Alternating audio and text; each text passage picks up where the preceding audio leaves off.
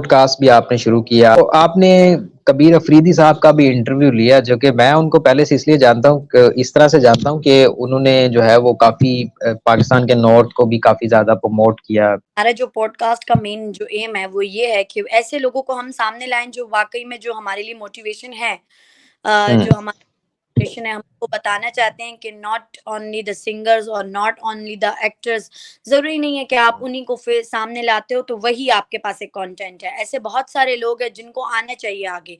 जैसे हमारे पेशावर में फिक्स इट के अदनान खान हैं। लोगों के साथ मैंने पॉडकास्ट किया जो कि मतलब इस तरह से बहुत हाइलाइट नहीं होते, लेकिन हमें लगता है कि हमें इन्हीं को हाइलाइट करना चाहिए क्योंकि ये बेसिकली हमारे जो इस मुआशरे का हिस्सा हैं, जो इस मुआशरे को आगे बढ़ा रहे हैं और हमारी सोसाइटी में नाम कमा रहे हैं।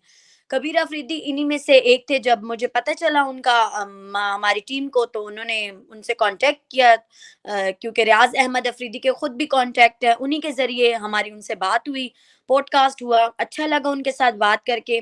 जब मैंने उनसे पॉडकास्ट मेरे इंटरव्यूज़ में जो क्वेश्चन्स करने की इस किस्म की कोशिश की, बात बहुत सारे क्वेश्चन्स हुए। आपको खुद ज़्यादा पता होगा कि जब अगला हुँ, बंदा आपके साथ कोऑपरेटिव हो और अगला बंदा आपकी बात को समझे या आपके कंटेंट को, हालाँकि कंटेंट आपका है लेकिन मैं यहाँ पे मौजूद हूँ, तो जी। ऑब्वियसली आपके कंटेंट को बेहतरीन बनाने के लिए आपका साथ दे, तो ये बहुत बड़ी बात होती है। कबीर सर ने बड़ा अच्छे तरीके से मुझसे बात की और जितने भी क्वेश्चन थे, इवन उनके अपने भी सोशल मीडिया पे काफ़ी इस किस्म के क्वेश्चन्स आ रहे थे जिनका वो चाहते थे कि वो जवाब दें। तो बस वो थ्रू द इंटरव्यू या थ्रू द पॉडकास्ट वो मीडिया तक पहुँचे हैं। आपका एक्सपीरियंस कैसा है अब तक पॉडकास्ट आपने जब स्टार्ट की? क्योंकि ये तो आपने ठीक कह दिया ना कि इंटरव्यू और पॉडकास्ट में फ़र्क ये होता है कि इंटरव्यू सीरीज़ में जो है वो जो आपका गेस्ट है उसका सेलिब्रिटी होना या मशहूर होना या कोई पॉलिटिशियन होना ज़रूरी है। पॉडकास्ट में ये चीज़ मैटर नहीं करती। अगर कोई इंसान ऐसा है कि उसने कभी कोई काम नहीं किया, तो ये भी एक टॉपिक है कि भाई आपने आज तक कोई काम क्यों नहीं किया? तो इस पे भी डिस्कशन हो सकती है। बिल्कुल, तो बिल्कुल ये सही।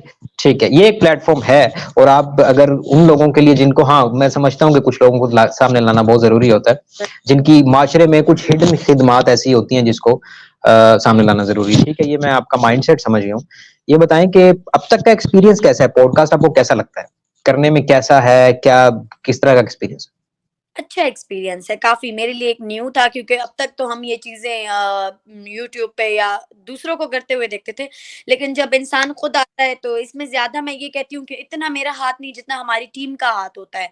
क्योंकि टीम का हुँ, बड़ा रिकॉर्डिंग करने में, कट करने में, बीच-बीच में वो करने में, स्क्रिप्ट है, स्क्रिप्ट को बार-बार रीड करो, उसको समझो, फिर अपने गेस्ट के मुताबिक चलो। ये भी होता है ना, अक्सर हम कुछ ऐसे क्वेश्चंस होते हैं जो गेस्ट को बुरे लगते हैं, जो गेस्ट चाहता है कि ये क्वेश्चन ना किए जाएँ।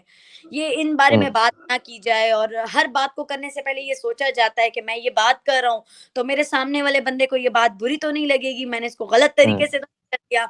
खैर काफ़ी अच्छा एक्सपीरियंस है और मुझे लग रहा है कि मैं जितना करती जा रही हूँ, मैं उतना सीखती जा रही हूँ क्योंकि अभी भी मुझे लग रहा है कि मेरी लर्निंग चल रही है। मैं इस चीज़ में कोई बहुत आउट क्लास नहीं हूँ। अच्छा, आपने अब आगे आने वाली पॉडकास्ट में किस-किस को शॉर्टलिस्ट किया हुआ है कि इन-इन का मैंने इंटरव्यू करना है? कोई ऐसे अगर 2-3 नाम अगर आप बताना चाहें? मैंने अगर फिलहाल हाँ। इस बारे में हम इस तरह होता है ना कि हम प्रॉपर देखते हैं इन पे, एक एक तरह से आप कहा जाए कि रिसर्च करते हैं कि एक हुँ, फलां बंदा, तो हमने इसका पॉडकास्ट करना है, इसको आगे आना चाहिए। तो इस तरह के बहुत सारे बंदे राइट नाउ, तो I am huge fan of my own friend. एक सिंगर है उबैद खान, तो मैं चाह रही हूँ कि मैं उनको लाऊं। खुमारियान की टीम है, मैं चाह रही हूँ उनको भी लाना चाहिए। इस तरह के हुँ, बहुत सारे, एक खुद एक ट्रांसजेंडर है जो कि मेरी बहुत अच्छी उनके साथ बनती भी है और वो अपनी एक ऑर्गेनाइजेशन चला रही हैं, एनजीओ चला रही हैं पेशावर में। तो मैं चाह रही हूँ कि इस किस्म के लोग आगे आए ना, जो अब नॉर्मली देखें, आप ट्रांसजेंडर को देखते हैं, इसके बारे में बात की जाए, तो वो अपने सिचुएशन को लेकर गलत एक उसको चुन लेती हैं और वो उसी में अपनी ज़िंदगी लगाई रखती हैं। मैं आपसे पहले भी कह चुकी हूँ कि हर इंसान की अपनी मर्ज़ी है, लेकिन कोई इंसान जब मतलब इतने मुश्किलात के बावजूद एक सीधे रास्ते को चुनता है और उस पर डटा रहता है, तो ये बहुत बड़ी बात है। तो मेरा इरादा यही है कि मैं उनको सामने लाऊँ, बताऊँ लोगों को कि ऐसे भी होते हैं। अब मुझे आपसे ना जर्नलिज़्म की खुशबू आ रही है। हाँ, ये क्योंकि उसी चीज़ का हिस्सा है ना। हुँ, अब तक इसके अलावा जो आपकी एक्टिविटीज़ थी वो इससे कदरे मुख्तलिफ थी। हुँ, हुँ। टिकटॉक है या रील्स है।